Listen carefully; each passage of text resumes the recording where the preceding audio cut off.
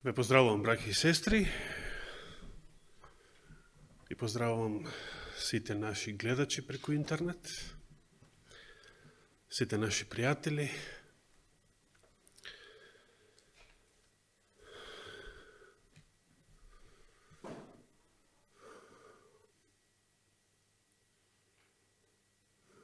Што има ново?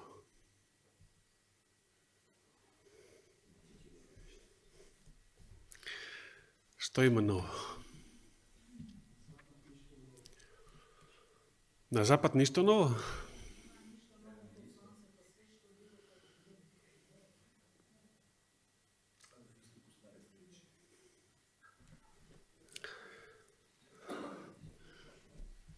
Така рече Соломон, дека нема ништо ново под сонцето.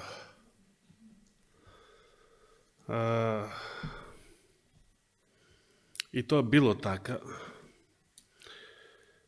цело време се до кога? Се до Христовото прво доаѓање. Бидејќи беше речено уште во старо време дека Христос е единственото ново под сонцето. Се согласувате ли со тоа? И не само тогаш, пред 2000 години. Христос е секогаш, постојано, од тогаш наваму, и ден денес, Христос е единственото ново под сонцето. Ништо друго не е ново.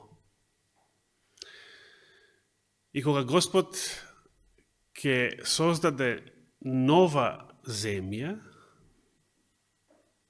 и ново небо, верувате во тоа? Нова земја и ново небо.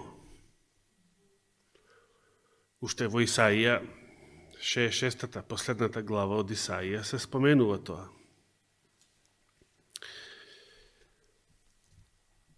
Колку време ќе постојат тие, новото небо и новата земја, после тоа? Вечно. И дали тие некогаш ќе остарат? Дали ќе бидат нови само на почеток, првите неколку години? И дали и тие некогаш ќе остарат, како што остарела, еве, оваа наша планета, оваа земја до сега? Значи, дали се новото небо и новата земја нови во оној смисол кој што поимот ново го користиме во овој свет, во нашиот живот? Например, купив нова кола, купив нов стан, нова куќа направив и еден куп нови работи кои што со текот на времето стареат и не се повеќе нови. Влеговме во нова година, која што со секој изминат ден старе и одново и одново. Секој пат исто. Но тоа што Господ го прави не е така. Христос е секогаш истиот, млад и вечен Господ, и денес како и пред 2000 години. И запишано е дури во еден прекрасен стих во посланието до евреите, дека Христос, Исус Христос, Господ Исус Христос е истиот вчера, денес и во веки. И секогаш нов. И Божјата сила и Божјата благодат е секогаш нова. И новото небо и новата земја секогаш ќе бидат нови, вечни, и секогаш ќе бидат нови. Таму нема да има време. ниту ќе стареете, ниту ќе умирате, ниту ќе се разболувате, ниту ќе келавеете.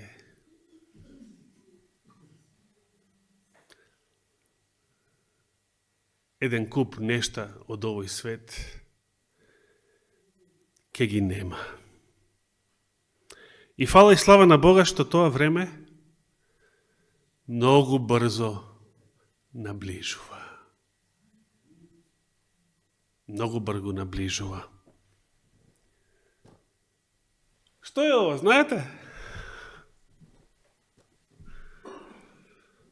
Се сеќавате минатата година кога го прикажавме изгледот на насловната страница на британското списание Economist, за кое што се знае дека е јавна тајна, дека е Ротшилдово списание. Минатата година беше, значи кога 24-та беше нова, инако списанието секојаш излегува за следната година, во ноември. Значи во ноември 23-та излезе насловната страница на Economist за 24-та година. Тогаш беше Трамп со ушето, се сеќавате. Па летоска по тој повод ја имав проповета под наслов Робскиот ритуал. Еве го, само го најавив јас пред нова година, само го најавив изгледот на денешното за ова 25-та година списание, насловната страница. Нема да коментирам целото. Она што најмногу предизвика, еве само да покажам окото што се гледа тука помеѓу Трамп и Ши Џинпинг е окото на Антихристот. Значи, тој е позади, значи, или како сакате и Богот на овој свет, позади сите овие настани. Значи, сите настани што се планираат да се случуваат во секоја година, од страна на глобализмот, од страна на вонземјаните и нивните министри, сите тие се надгледани од нивниот врховен Господар. На врвот се наоѓа планетата Сатурн, која што е богот Сатурн, богот на времето, во грчката митологија наречен Кронос, богот што ги јаде своите деца. Со тоа грците сакале да прикажат како времето не нагризува, времето не нагризува, времето не слабе, времето не јаде. Или како што ние велиме, времето не гази. Но во окултистичките, езотериските кругови, Сатурн е скриен символ за Луцифер. Значи, ако го гледате Сатурн во глобалистички знакови, тоа значи Луцифер. Тоа значи ѓаволот или богот на овој свет. Она што уште кога искочи, значи во ноември сега, минатава есен, ова насловна страна на Economist, она што најмногу привлече внимание, значи не се овие политички ликови, тие се горе-долу стари, дури и Трамп е стар председател, како велат новиот стар председател. Туку она што најмногу ги плашеше луѓето е горе лево планетата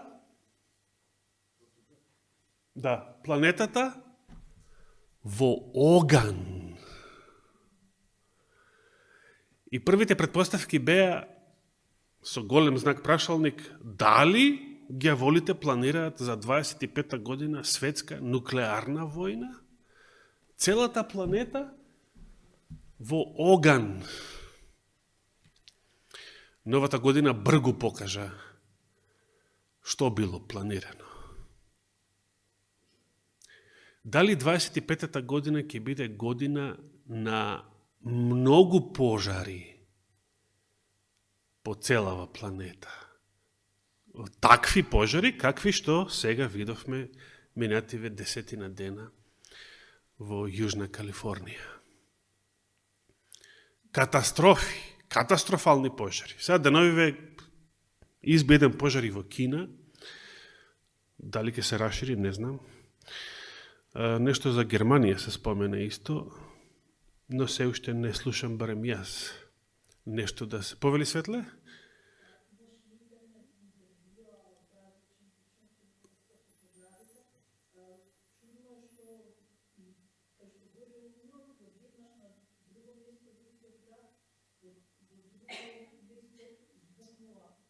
Да. Благодарам. Јас метите сабота кажав дека во врска со пожарот во Калифорнија, што во Лос Анџелес конкретно и околината, дека едно е сигурно, реков едно е сигурно, дека е тоа човечко дело. Сега, мислев на ова, кога реков човечко дело. Што ќе покаже сега иднината, оваа година, како ќе старее и понатаму оваа година, ќе видиме. Сепак, замислете, дали по целиот свет ќе се случуваат вакви катастрофални пожари? Значи, сега за сега над 200.000 луѓе од Лос Анџелес и околината ги загубија своите домови, се евакуирани, дислоцирани. Го гледав интервјуто на Мел Гибсон, тој малку и се шегуваше. Они што имаат пари сметаат дека не е голема загубата. Дори ако изгорат, мејата сабота реков 57 милиарди, сега е над 120 милиарди долари целата штета, ако не и повеќе.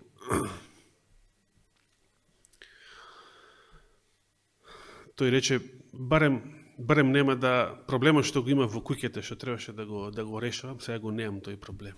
Тој се обиде во злото да види нешто добро и да се утеши со тоа. Но Леонардо Ди Каприо беше прикажан со многу плач. Тоа беше за него катастрофа, разочарување. Изгоре и куќата на доктор Ханибал, Ентони Хопкинс. Изгореа Холивуд, Беверли Хилс, Малибу, Пасифик Плас, како се викаше, Палисейдс. Наводно куќата на Камала Харис исто така била таму.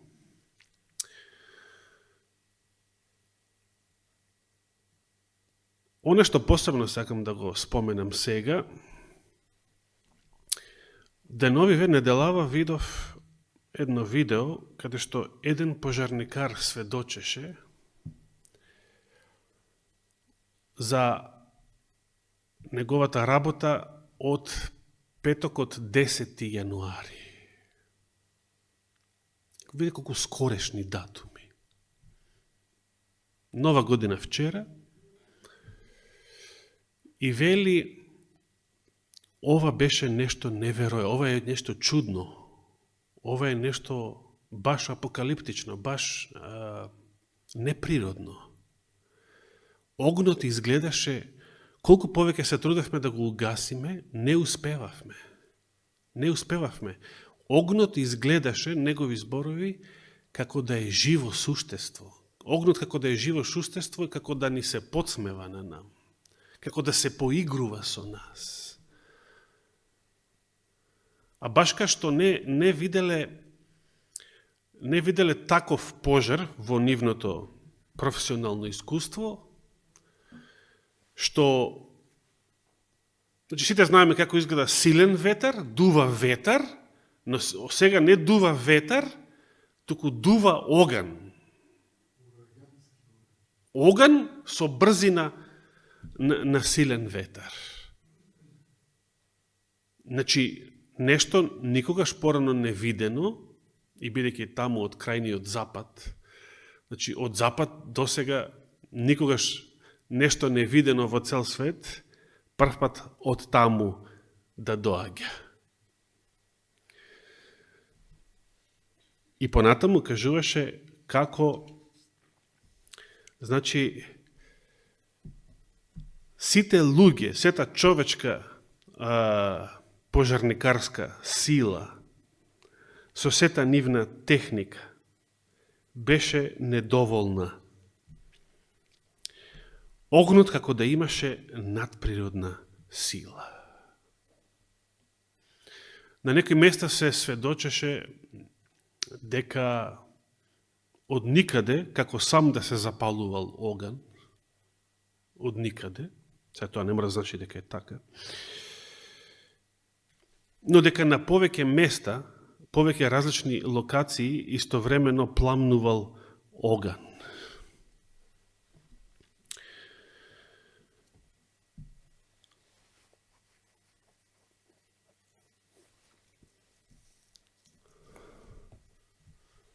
Ми избега една мисла, што сакав да ја кажам. Ај може би ќе ми текне.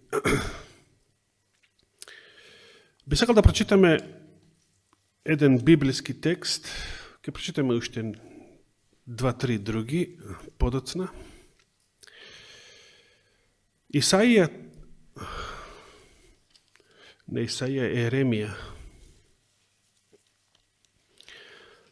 Еремија 30 глава, 24 стих. Еремија 30 глава, 24 стих.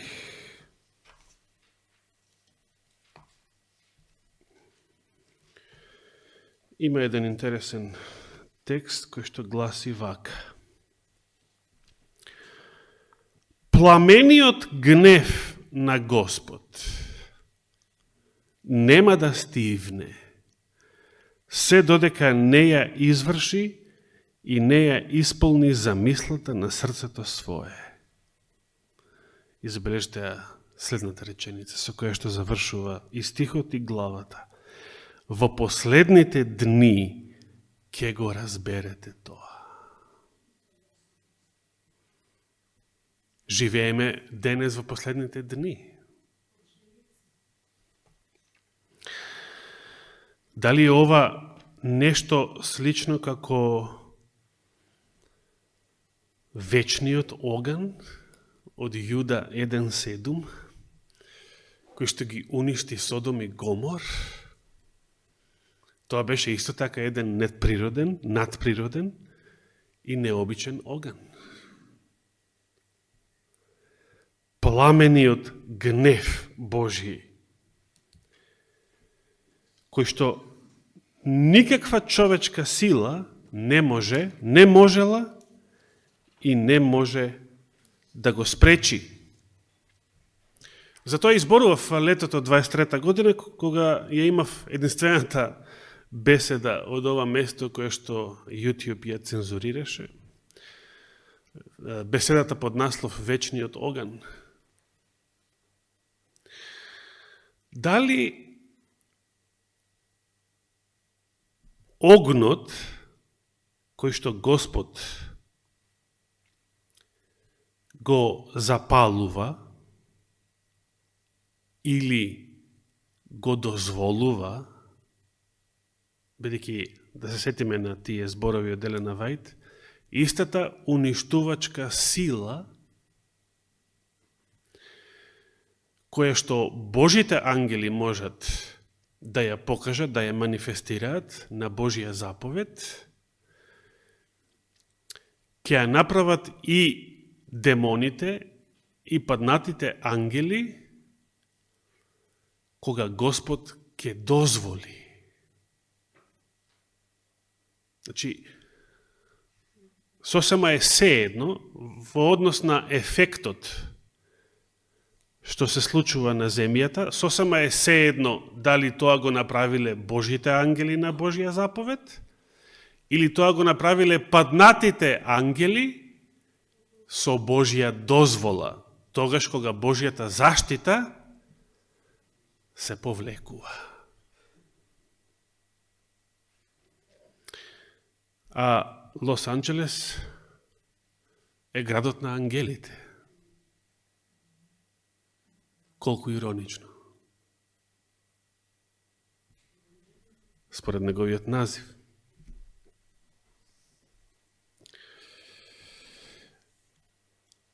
Зошто Божиот оган, да се подсетиме на тоа, и тогаш зборував, и порано сме зборувале,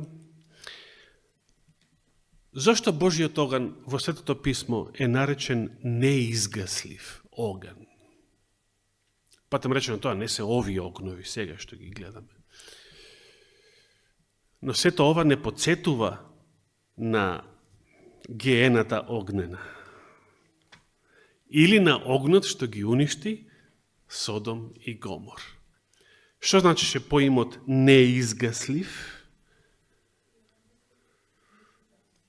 Дека, значи, Јуда рече дека огнот што ги уништи Содом и Гомор е вечен оган. Во Содом и Гомор денес гори оган, значи јужниот дел на мртвото море. Зошто е сепак наречен вечен оган, тој што ги изгорел Содом и Гомор? Зошто за гиената огнена е кажано дека е неизгаслив оган? Што значи тоа дека постојано ќе гори без престан, низ цела вечност ќе гори оган? Не. Туку дека никаква човечка сила, па и надчовечка, не може да го угаси, не може да го спречи делото што по Божја волја тој оган треба да го изврши. И што прочитавме во стихот од Еремија? Бека пламениот гнев Божји, пламениот Господов гнев нема да стивне се до кога? Додека не ја заврши, исполни неговата намера. И се додека не се исполни Божјата намера, никогаш нема да... Никој и никаква сила не може да го спречи и не може да го угаси тој оган. Затоа се нарекува неизгаслив. Но интересно е, според сведоштвата, со такво нешто се соочиле и пожарникарите во Јужна Калифорнија. Патем речено, ова е мислата што ми текна, беше споменат податок дека и пред да се случи огнот, самите пожарникари биле десеткувани, затоа што голем број пожарникари во минативе години беа отпуштени од работа само затоа што одбиле да се вакцинираат. Значи, како самите си го предизвикуваат злото. Самите си ја, се разбира, и тоа беше во планот на геволите, бидејќи тие од многу одамна ги планираат што ќе се случува од таа година. Многу одамна планираат настани. Цели децении наназад планираат што ќе се случува и како ќе се случува. Понекогаш прават и отстапки и некои планирани настани ги забрзуваат, ги прават порано. Имаме еден стих кај пророкот Наум, 1 глава, 5 стих, да видиме. Еден од малите пророци.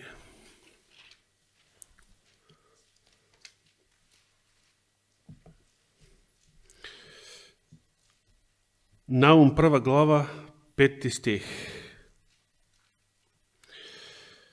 Прво да кажем во вториот стих. Господ е Бог љубоморен, вели овој превод. ревен, како поинаку е поточно да се каже, како втората заповед, ревнител, и одмазник, вториот стих вели.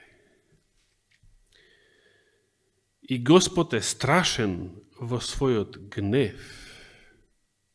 Господ им се одмаздува на непријателите своји, не ги поштедува ни противниците своји.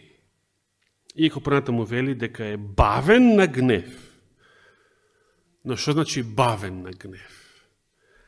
Дека долго трпи. Но тоа трпение не е вечно, така? Ке истече. Ке прекипи. И тогаш кога ќе се истори гневот, тогаш тој е страшен. Тој е пламен. Не го остава виновникот без казна. Понатаму вели Наум, патот Господов е во виор и бура, а облаците се прав под нозите негови. Ке му се закани на морето и тоа пресушува. И сите реки пресушуваат. Замислите, каква е ова катастрофа, кога вакви сцени ќе се случуваат на нашата планета. Тоа е секако времето кога Божјата милост ќе биде завршена. Тоа е времето на 7 последни зла. 5 стих. Горите се тресат пред него и ридовите се топат. Земјата потреперува пред лицето негово и вселената и се што живее во неа. И затоа, во 6 стих, пророкот поставува прашање: кој може да устои против гневот негов? И кој може да го издржи пламенот од неговата јарост? Гневот негов се излива како оган, карпи се распаѓаат пред него. А апостолот во посланието до евреите самиот вели дека нашиот Господ е оган кој што изгорува. Што значи нема спас од тој оган. Тешко тебе ако Господа, милостивиот Господ, го направиш свој непријател. А се тоа што досега го гледавме на нашата планета, од дамнешни Содом и Гомор во времето на Авраам, пред 4000 години, до ден денес, се само капки на Божиот гнев. Само предупредување. Ова не се казни. Иако имаше и човечки жртви, мислам дека последен пат видов 16 човечки жртви од пожарите во Јужна Калифорнија. Може би се сега и поголеми. Некои интересни податоци за градот на ангелите. Лос Анџелес е најпрогресивниот град во однос на остатокот на Америка во поглед на ширењето на дегенерацијата. Значи, човечкиот отпад и расипаност. Пред 5 години таму е отворен првиот кафич во Соединетите Американски држави, во кој што може легално да користите марихуана, значи да си нарачате од шанкот или од келнер. А интересно е, во врска со така наречените геј паради, кои што многу се намножија во последниве децении, прв пат започнале во Лос Анџелес далечната 1970 година. Ете тие, колку се тие напред и од кога се тие отидени напред. Но тоа не е се. Она што најмногу се зборуваше минатава седмица е нешто друго.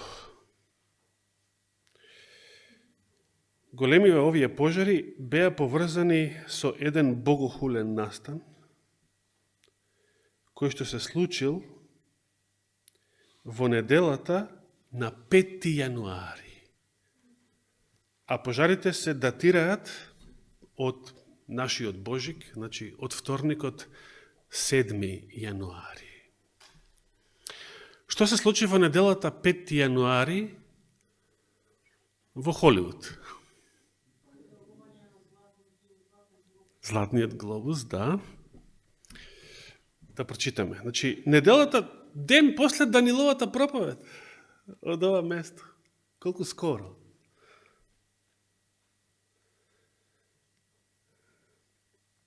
Еве што се случи, да го прочитам детално извештајот.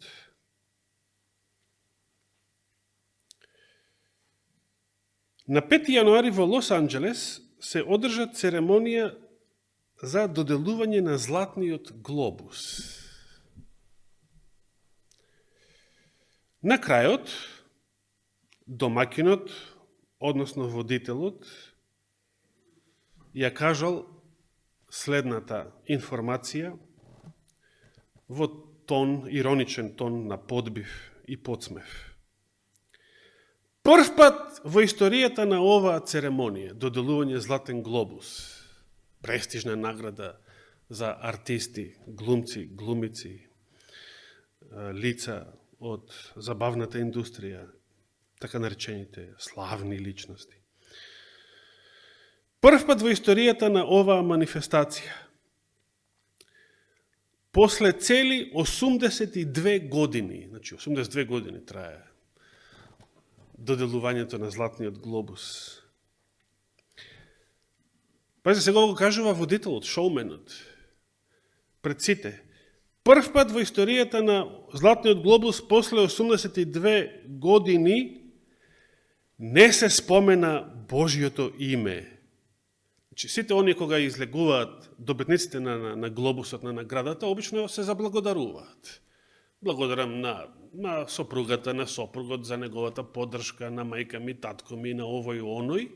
И секогаш имало некој, значи дури и среде Холивуд, среде Содом, кој што, како Лот, веројатно, некој Лот секогаш има, кој што му благодарам и на Бога за овој успех, за благословите, за сето она досега. Оваа година, од сите добитници, прв пат во историјата на манифестацијата, никој не се заблагодарил на Бога. И тоа било забележано, видите, гјаволите ги нервирало, ако некој во нивна тврдина, како што е Холивуд, во среде Содом, значи, јавно му се заблагодарува на Бога. Тоа веројатно ги нервирало. Такви гласови не биле многу, се разбира, биле исклучок, малценство, ама тоа ги нервирало. И сега, оваа година, кога никој не се заблагодарил на Господ, тоа така убаво им дошло, што тој податок посебно го истакнале и дури со израз на подбив. Имаше и реченица која што вели, оваа година Создателот или Творецот не доби ниту еден поен, доби 0 поени. И публиката на сите такви подбивни коментари почнува да се церека, почнува да се смее. Овој пат поминавме без Бога и публиката продолжи да се смее. Резултатот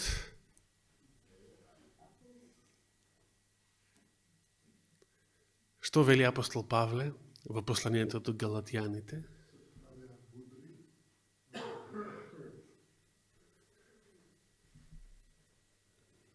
Не лажете се. Бог не може да биде поруган. Го разбирате овој? Не можете да го исмеете да се подбивате со Господ. Не можете. И да поминете без последици. Без проклетство. Зато овие огнови навистина личеа како голема Божја казна, во суштина повлекување на Божјата милост. И тоа баш холивудските звезди, меѓу најистакнатите губитници од оваа катастрофа. Оние на кои што јавно сведочеа дека Бог не им е потребен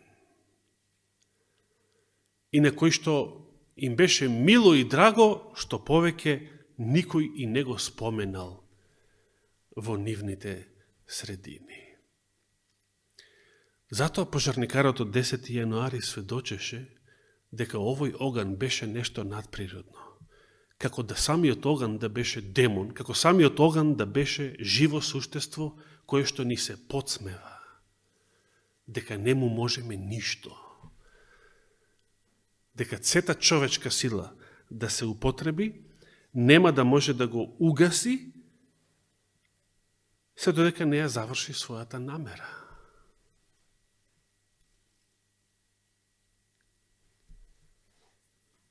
Страшно, но за мене и славно. И страшно и славно предупредување. Се подсетувам уште еднаш на изјавата на началникот на пожарникарите во Батл Крик, Мичиган. Тука во оваа книга Омега е опишана историјата на адвентизмот од почетокот на 20. век и двата големи страшни пожари што се случиле во седиштето на адвентистичката црква во тоа време. Изгоре и болницата, на чие чело се наоѓаше доктор Келок, и печатницата која што ја печатеше неговата еретичка книга Живиот храм. Во иста година два големи пожара во срцето на адвентизмот, 1902 година. Првиот пожар во февруари, вториот пожар при крајот на годината во декември. Началникот на пожарникарите во Батл Крик сведочеше со зборовите: имаше нешто чудно во овие ваши адвентистички огнови. Што беше чудното? Колку повеќе вода туравме во нив, изгледаше дека како да тураме бензин во огнот. Огнот се повеќе и повеќе. Наместо ние да го гасиме, тој се повеќе и повеќе се разгоруваше. Дали некој може да го спречи или да го намали Божиот гнев, пламениот Божи гнев, според Еремија, тогаш кога тој ќе се истури? Не. Дали некој може да го угаси огнот, кој што во Светото писмо е наречен неизгаслив оган? Само затоа што никој не може да го угаси додека не си ја заврши својата работа, а не дека ќе постои вечен пекол, како што мнозина така веруваат.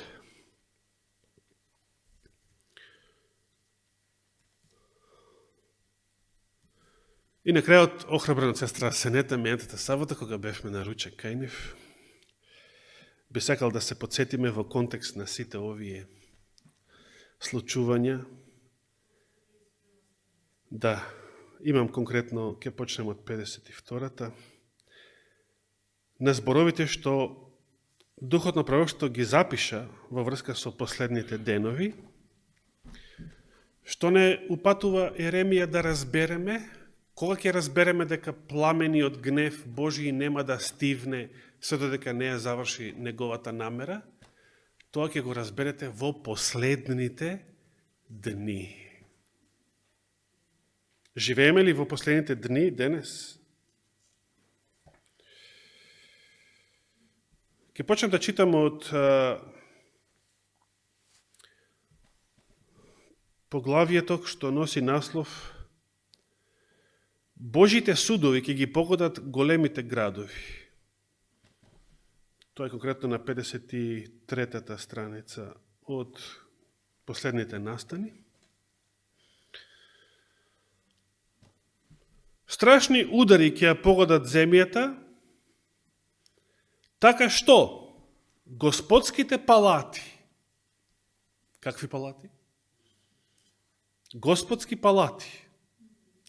Не знам, заборев еден податок.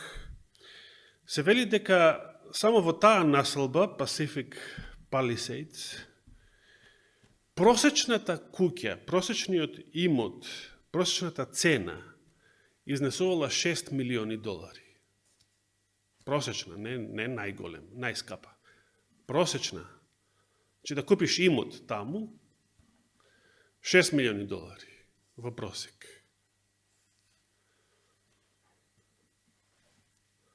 Господските палати подигнати со големи издатоци сигурно ќе се претворат во купишта урнатини. Елена Вајд. Кога? Пред да биде дедо ми роден. Не знам за вашите дедовци. Кога ќе се тргне Божијата заштитничка рака, забележте го ова, кога ќе се тргне Божијата заштитничка рака, разорнувачот го почнува своето дело. И тогаш нашите големи градови ќе ги снајдат најголеми катастрофи. Елена Вајд споменува по име разни градови во Австралија, Америка и Лондон го споменува, меѓу нив и Њујорк, и Чикаго, и Лос Анџелес. Со име споменат Лос Анџелес. Постои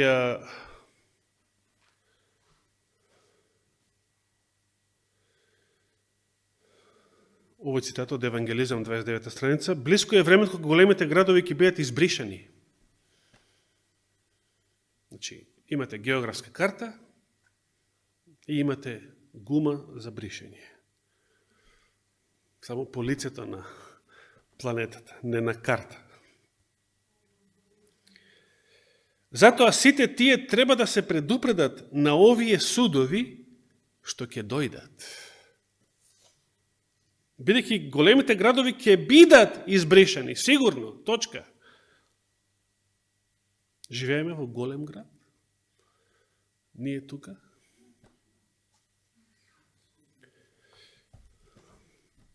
Секајам Колешани го нарекува големото село. Дали за голем град? Може би. Следниот одсек носи наслов Градбите отпорни на катастрофи. Што ќе се случи? Прецизно, конкретно. Градбите отпорни на катастрофи ќе се претворат во пепел. Зашто пепел? Каде и све има пепел? Кај што нешто горело. Кај што нешто изгорело. И продолжува со првиот цитат, после тој наслов. Видов градби во кои се поставени најскапи противпожарни уреди. Градби, значи згради, објекти. За да се осигураат од уништување.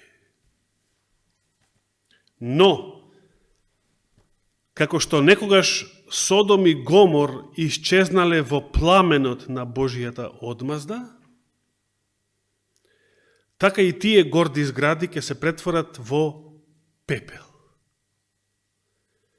Тие ласкави споменици подигнати во чест на човековата големина ќе бидат соборени во прав, дури и пред светот да го снајде последното големо уништување. Значи, денес. Значи, јануари 25-та година. Бог го повлекува својот дух од расипаните големи градови, кои станале слични на градовите од времето на потопот, или Содом и Гомор. Повторно истата споредба. Скапоцени палати, чуда на архитектонската умешност, ќе бидат уништени без претходно предупредување. И се внимавајте кога. Кога Господ ќе согледа дека собствениците ги пречекориле границите на простувањето. Поинаку кажано, границите на Божијата милост. Дали тоа се случи во Холивуд на 5 јануари? Значи, постојат граници на Божијата милост и постојат граници на Божијата заштита. Дори кога грешиме, постојат граници на Божиото трпение. Кога тие граници ќе се пречекорат, Божијата заштита се повлекува. Уништувањето на тие величенствени згради со оган, за кои се претпоставуваше дека се безбедни од пожар, е само приказ на оно што ќе се случи кога за кусо време земската архитектура ќе лежи во урнатини. Се што луѓето изградиле на планетата Земја, ќе дојде многу скоро ден кога сето тоа ќе лежи во урнатини. И уште еден цитат. Луѓето ќе продолжат да ги градат своите скапи градби и во нив да вложуваат милиони. Еве ги милионите. Имаме милиони и милиарди во недвижности, не во годините староста на нашата планета. Особено внимание ќе се посветува на нивната архитектонска убавина, цврстината и трајноста на градењето, на градбе, самата градба. Но мене Господ ме предупреди дека тие градби и покрај својата необична цврстина и својот разметлив изглед ќе ја доживеат судбината на Ерусалимскиот храм. А ако ја читате во детали историјата на разорнувањето на Ерусалим, тоа е страшно нешто. Содом и Гомор или Ерусалим кој што го отфрлил Божиот син и кој што запустел според неговите зборови,